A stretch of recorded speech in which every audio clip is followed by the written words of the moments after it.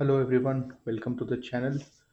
Today I'll be discussing in this RBI Grade B strategy series the second part, and I'll be covering Quant and how I approached Quant in this examination.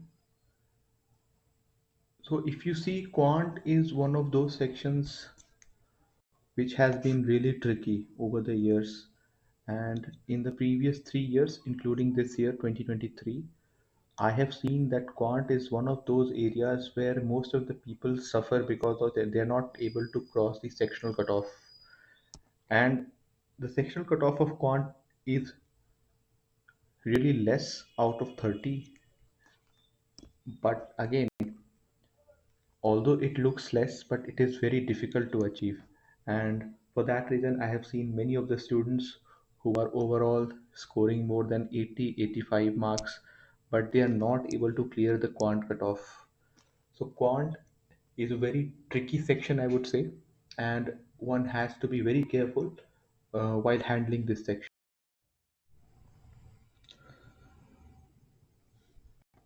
So before starting this discussion in detail, let's have a quick look over the cutoff, sectional cutoff for quant in the last 3 years. My main focus has been last 3 years because if you see that before uh, 2021, the exam was conducted in 2019, and at that point of time, the quant paper was relatively easy. I think the level was very different and very easy compared to what it has been in the previous years. So 2019 and before that, I have not considered in analyzing the trend because of the vast difference in the quality and difficulty of the paper. So if you see in 2021, 2022, 2023, this is the sectional cutoff for quant, and as you can see, this is out of 30. It is very less. It is like hardly, if you see, 20% in 2021 and 15% in 2022 and 2023.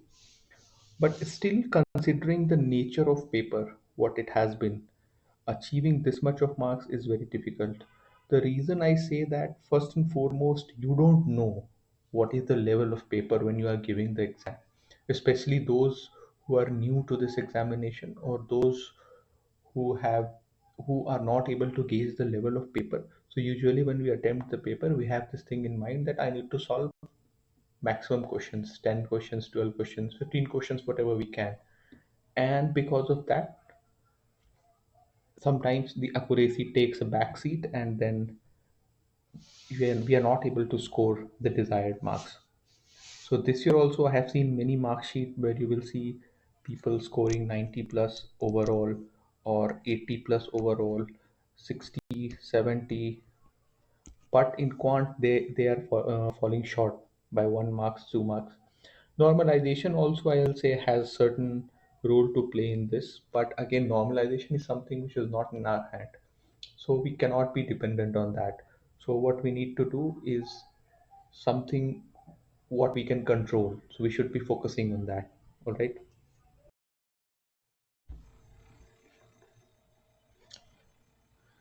Now if I focus on my experience with quant section so far, so I'll first start with the marks and the accuracy.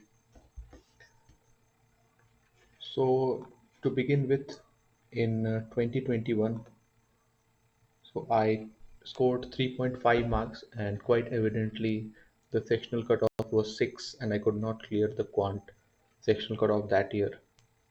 So if I remember correctly, what happened that year is I was not very in used to the exam pattern of RBI, and I gave that attempt without any preparation. And in 2019, the cutoff, it was 122. So for me, I went into the exam with the mindset that I need to score at least 20 plus in quant, because at that point of time GA was something I was not very hands-on with, so I was more dependent on quant reasoning and English. And with that strategy, I went into the exam, and trust me, after solving 5 questions, I think I had already consumed 12 to 14 minutes. And you know that there are only 25 minutes in the quants paper to solve 30 questions. After that, I completely lost my temper in the exam and composer, and literally I took a lot of guesses, and I did not solve the questions completely. And because of that, I was very frustrated with the final outcome where I scored only 3.5 marks. So this is my learning from this attempt, that number one, I actually failed to estimate the level of questions in quant that year. Something which I was very conscious in 2022. I also realized that it's a game of accuracy. You need to be highly accurate, especially in solving the quant and reasoning sections. And yeah, so this is something which I incorporated in my next attempt, and you can see the improvement in 2022, where if you see my accuracy, so this is around 83%, and my marks, if you see, so I scored around 9.5 marks in 2022. Here I remember clearly I attempted, I think 14 questions I attempted, 12 questions I attempted, and two were wrong, and 9.5 was my final score. I mirrored the same strategy this year also, and this year my accuracy has even gone up. I'll tell you the reason why this has happened, and my overall score, it is 11.5. So this has been my experience with quant in last 3 years, and here I was telling that this has further improved. The reason for this is I gave a lot of mock tests, and I practiced my strategy even better this year because I had experience of implementing it successfully last year. So I literally mirrored the same strategy this year, and it worked for me. So I think this will work for most of the people because, in my opinion, the level of questions are going to remain same. If not, it will only be increased. So with this strategy, what I'm going to tell you, you should be able to cross this sectional cutoff, which is 4.5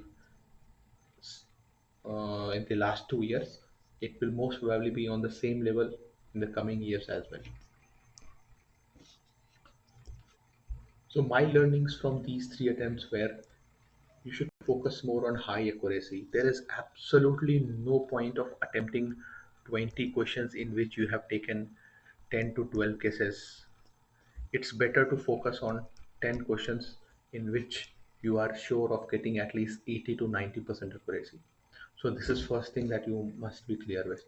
Second thing, less is more, which is again a point derived from this statement itself, that you need to focus on those less questions which are doable, and not on those questions, not on attempting more questions, because there will be many questions which are absolutely doable, but in that time limit it is very difficult to do those questions. Third is, you need to be very cautious, and you need to estimate difficulty level in the real time. I think this is the most difficult part in any paper, because you cannot estimate the difficulty level of how others will be performing in the same paper. So at that point of time, wherein when you are sitting in the examination hall and you see the question on the screen, you will not have this much of luxury to think and decide what others will be doing. So this is something which comes with your instinct, and the moment you see the questions and you think that yes, this is doable for me, and if that area or that topic you are very comfortable with, and how you know that you are comfortable with it, through mock tests, and when then you see the same question in the examination hall, so you get an idea what is the level of that question. So for example, if there is a question of percentage, so if there is a simple one liner question of percentage, so you understand this is an easy to moderate question, most of the people will be doing that. If you see a data sufficiency question or percentage, you should immediately realize this is moderate to tough question. So that way you get an idea whether the level of question is same as previous year, whether it is difficult than previous year, or whether it is easier side. And lastly, you should be picking right questions. So like I said, you don't have to solve 20-25 questions in 25 minutes. You have to solve 10 questions with 80% accuracy. So in order to do these 10 questions, you should first be knowing what questions are there. So you need to see all the 30 questions and then you need to decide which one you will be doing. And you need to take this decision within 2 minutes, because in 25 minutes, 2 minutes will go in deciding and 23 minutes will be left. So approximately if you're attempting 10 questions, so if you can take two questions per minute, so your 20 minutes are gone. And in 3 minutes, you can either attempt more questions or you can keep it as a buffer, because it's not necessary that you will be able to solve every question into, some will be more, some will be less. So it's like a buffer also. So this should be your, this was my broad strategy and how I used to approach quant sections.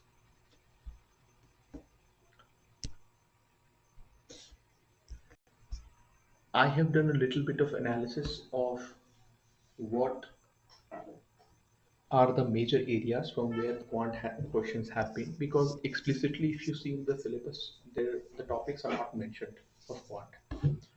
So what I have done is I have seen previous 3 years questions, and some of them are available on the website, different websites. You can go through them and you will see those questions over there. So I have classified those questions into different chapters. So like you can see 2023, 2022, 2021. So usually you see, if I talk about 2023, so these are few chapters from where questions were there in 2023. These were few chapters which were there in 2021, and in 2022 you see these black bars. These were in 2022. So these, what I can tell you that these high bars, what you see, these, they are some of the important chapters. So you have to figure out of these chapters which are the chapters that you have to prioritize. Like see, like you see here, pi di. So there pi di question were in both years 2022 2023, and these are comprehension questions. So five questions are there usually. Then profit and loss and percentage, a very important chapter. Usually you will see good amount of questions every year. See seven questions in previous 2 years. Then you have questions from board and streams. So these four questions last year, it was data sufficiency questions. Number series is another which is doable topic, and you'll see good amount of questions from there as well. Quadratic equation, another doable topic. Four questions, three questions. So consistently questions are coming from these chapters. Simple interest, compound interest, from here also you will see 2 to 3 questions.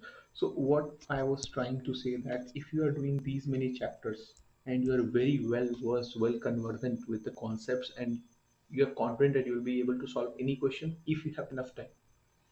So let's assume that you are targeting only 10 questions, and there are 20, there are 30 questions in the exam, and you are targeting only 10 questions. And if questions are from these chapters, which is definitely there in the past 3 years, so easily you can easily target 15 questions if you're thorough with these chapters.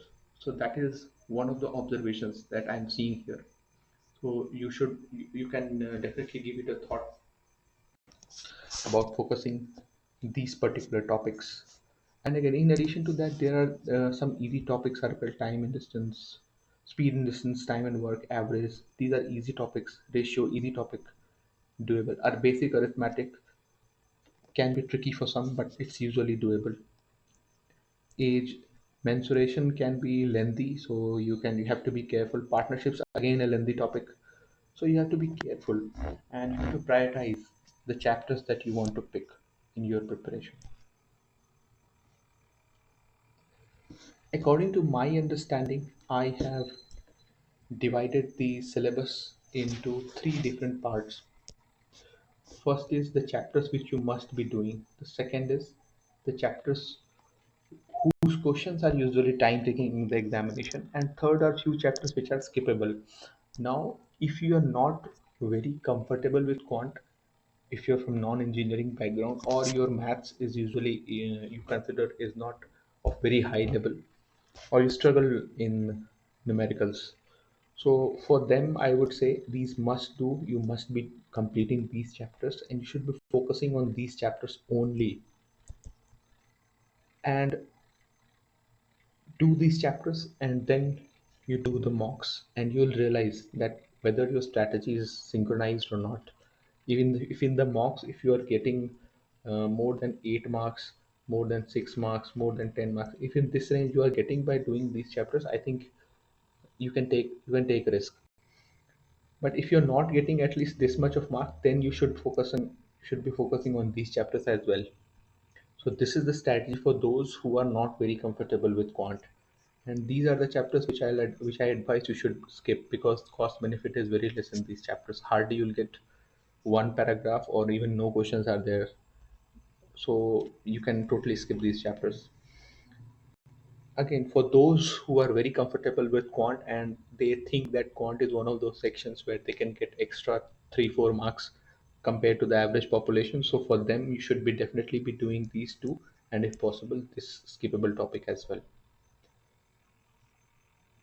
So you can read chapters here: percentage, algebra, trigonometry, mensuration, speed, distance and time, ratio, average time and work, approximation and simplification, and arithmetic. So these are the chapters which are a must do chapters. And partnership, problem on boards and stream, problem on train, pipe and systems, data interpretation, mixture allegation, simple interest, compound interest. Now, why I'm telling these chapters are time taking, it's not the concept that are time taking, but what happens usually you will see the questions that you get on these topics, they are very lengthy. So they will be like in 5 to 6 lines, even the question will be there, and then might be one question will be there, or it may be data sufficiency questions or data interpretation questions. So this is the thing with these chapters. So if you're not comfortable with those kind of questions, I would suggest you to focus more on these chapters and try to solve questions related to these chapters in the mock tests. And then or you can gradually try to, once you're thorough with this and you are confident in this, then you can complete these chapters and then depending on the situation, you can try to attempt them in the exam.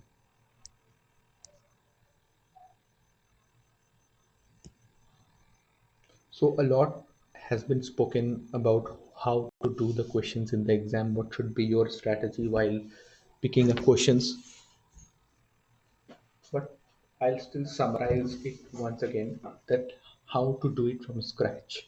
So like you have no idea regarding this exam, let's say, and you want to know where you stand and how you should be approaching your quant preparation. So I would suggest you should do a reverse engineering for this. And how you will be doing that? You should first give at least two mocks. Any two random mocks, I would suggest it is better if you give those two mocks on two different platforms. Free mocks are available on different platforms. You can just Google it and you'll find free mocks. So give any two random mocks and solve only quant section for those mocks. If you are getting 30 questions of quant, separate quant mock that you can also give, but I doubt that separate quant mock will be available. Full length mocks are available, so you can give any of the full length mocks and only the quant section.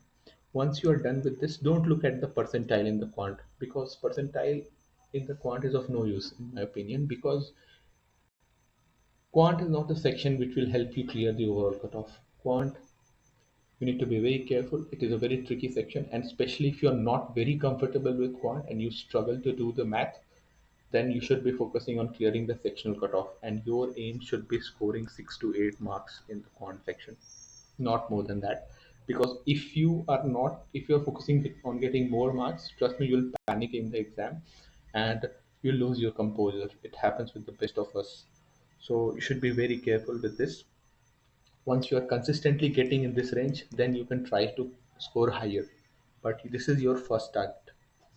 So once you have given your mocks, you'll immediately realize that there are few topics which you are comfortable with, which you are naturally comfortable with, based on the knowledge base you have, and there are few topics which need special attention. Now, in the previous slide, I have listed few chapters which are must do. If it is one of those must do chapters, focus on clearing the concept of those must do chapters, practice the questions thoroughly, and then give mock again, right? And then again, you have to also give PYQs. So giving mocks and giving PYQs. So you have to do these two things simultaneously. And then you have to map the strength and weaknesses according to the results you obtain in these mocks. And then on the basis of the strength and weakness categorization, go to the weakness, and the weakness, see which of the following chapters are from the must do, and you need to clear concept of those must do chapters. So, like I said, you will find after your this analysis, you will find some chapters which are strong, some chapters which are weak. Relevant are those chapters which are there in PYQs, to be very honest. And then in the weak and relevant, you have to focus on must do first. Then you have to focus on time taking ones, and then skippable part if you want it. So once you have identified the chapters, now the next step is to refer any standard source for that chapter. So what can be a standard source? It can be either a book, it can be any YouTube channel, it can be any course that you are pursuing. So any of these sources you can refer for that particular chapter. Or it might be possible that they are not giving in the course or in the book, exact chapter is not there, but any chapter related to that. But usually it will be there because the names of chapter which I have written, they are standard chapters only. Take that standard source, clear your concepts, and then you have to practice. Now, this practice, you don't. It has not to be time bound, by which I mean you need to focus on getting that feeling of solving questions first. Why I'm telling that? Because if initially you start setting a time limit to the question that you are attempting, so what would happen? Say you are setting a time limit of 2 minutes to solve a question, and because at the starting level you will not be able to do that, so most of the questions you will not be able to do. So what happens? A fear will creep into your mind that I'm not able to do questions of this particular chapter in 2 minutes. And this thing will come out in the exam also subconsciously. So that is why I'm suggesting that initially you have to practice, but you don't have to put a time. Solve. And what happens when you are solving this way? So this increases your experience of knowing the fact that whether you can solve a question or not. So see, today if you are able to solve any question in 4 minutes, so tomorrow if you see a question of similar nature, or if it comes in the exam, first of all you will have the confidence that you can do these type of questions. Secondly, you will be able to do it in 2 to 3 minutes. So this thing comes only after you have achieved this.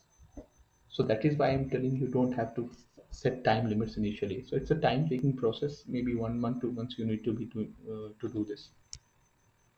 After you have done, you have to give mocks. In the mocks there will be time limit, and you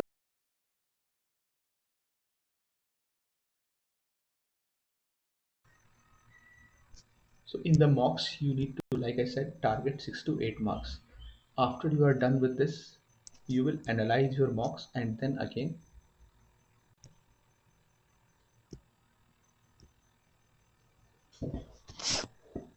so how to attempt the quant questions in the examination. So I have already spoken a lot about my experience, how I used to decide on how to approach quant.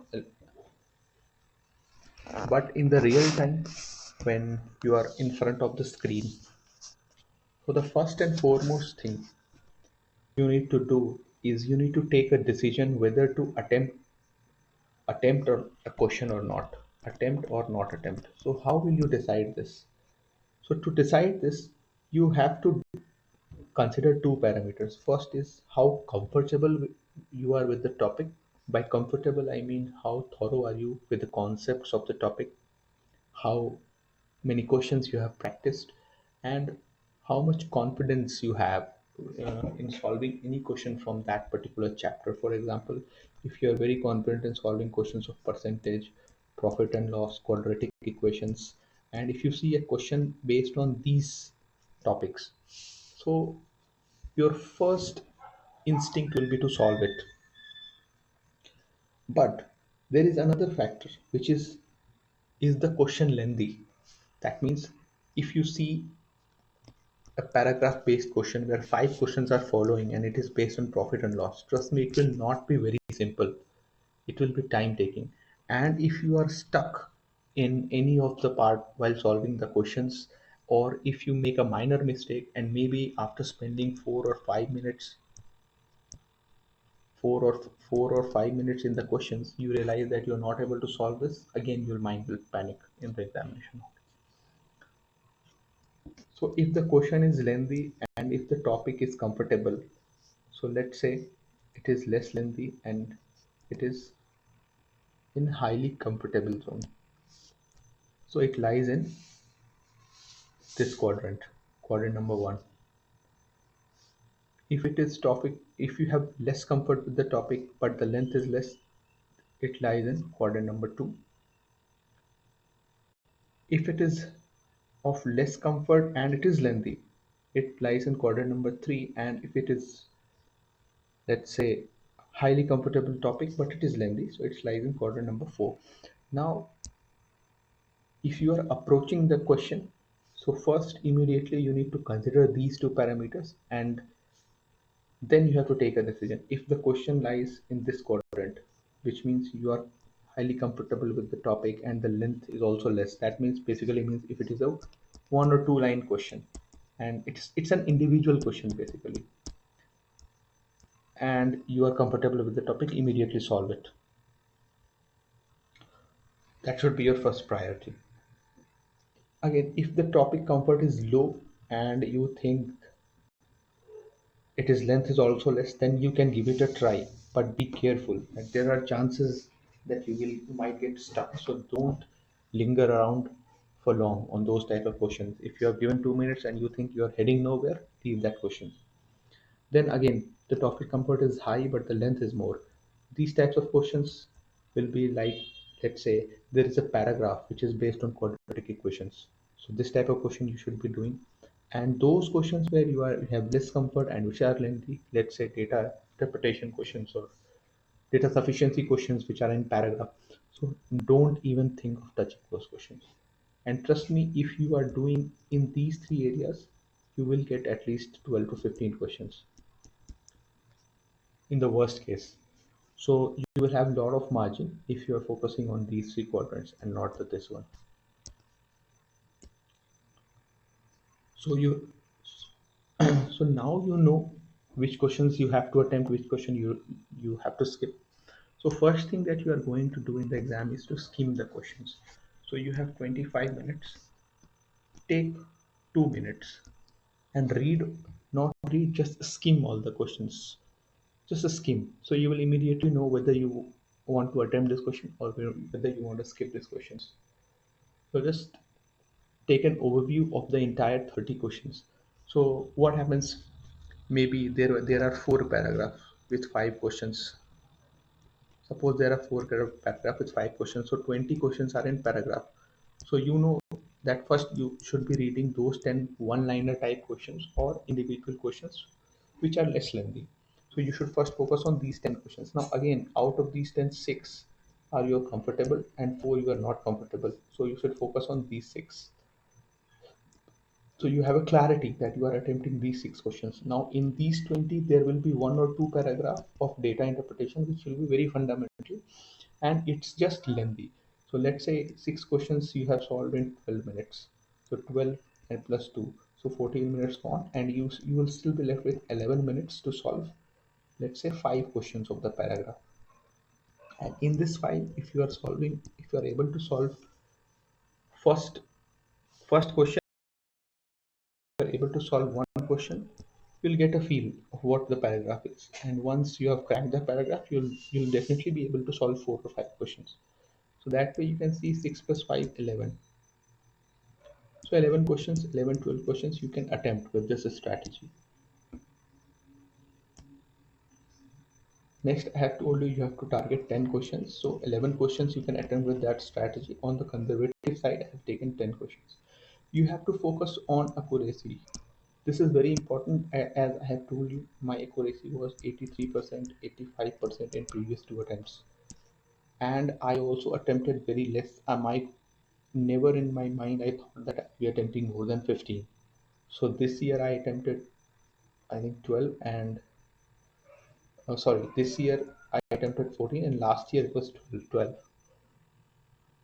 Given the difficulty level of questions this year, I think 8 would have been sufficient, and the year prior to that, again, 7 would have been sufficient. But I still, because I followed a set strategy, I was able to score more, and I because I attempted more. So this you should keep in mind. And skipping tricky questions. Tricky questions are those questions which you think that you'll be able to solve, but because of some calculation mistake or something, some concept which is not clicking in your mind, you are either able to not get the answer which is there in the option, or you're not able to solve the question. So if you are spending more than 2-3 minutes on any one question, you are doing a. Now I'll show you some PYQs and what should be your approach and how you should be approaching these kind of questions. Now you see, I saw this question, so immediately I saw it is a question of number series. Now number series is something which person X can be very comfortable with, person Y may not be very comfortable with. Now if you're person X very comfortable, so you should be attempting this question immediately. Why? Because it's just one segregated question, individual question. So basically you have to solve 2 number series.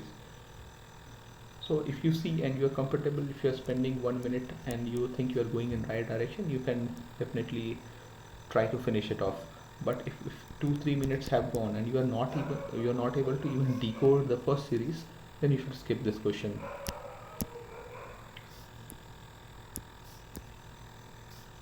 See this question, 3 equations, roots of the equation. So it is quadratic equation. Quadratic equation, another easy topic. Questions are doable. So if you're comfortable with this question will definitely take 2 minutes. 3 equations are there. You have to focus on getting the right answer as well. So accuracy is also a factor you need to keep in mind. So if you are comfortable with this, solve this. Now look at this question. Look at this paragraph question. So this is some I think this is question on percentage. So this is a question on percentage and set theory. So this is a combination of set theory plus percentage. As I told you, set theory, again, one of those topics which I told you to skip, but you may do it. Set theory is a very small chapter. Percentage is again very small chapter, but see the kind of paragraph they have made by combining these two. If you go, I can tell you 100%, if you go on solving this kind of question in the quant section, you will be frustrated, you will be lost, because what happens, although it has 5 questions, but to solve these 5 questions you have to read that paragraph twice or thrice, and you have to be very careful in picking the data. So if any data you have picked is wrong, your entire question goes wrong. So you have to be very careful, because in paragraph questions there are high chances that your accuracy will be hampered. So be very careful by attempting these kind of questions. In my recommendation, I usually skip these kind of questions, and only after I have done all the individual questions, then only I attempt paragraph questions. So you have to be careful with this. Thank you for watching the video. I hope this session helps you. Any more doubts, any more queries you have, you can always mail me here, and do comment. And if you need any help in preparation, any guidance, you can always reach out to me on the mail, or even you can comment below. Thank you. Have a nice day.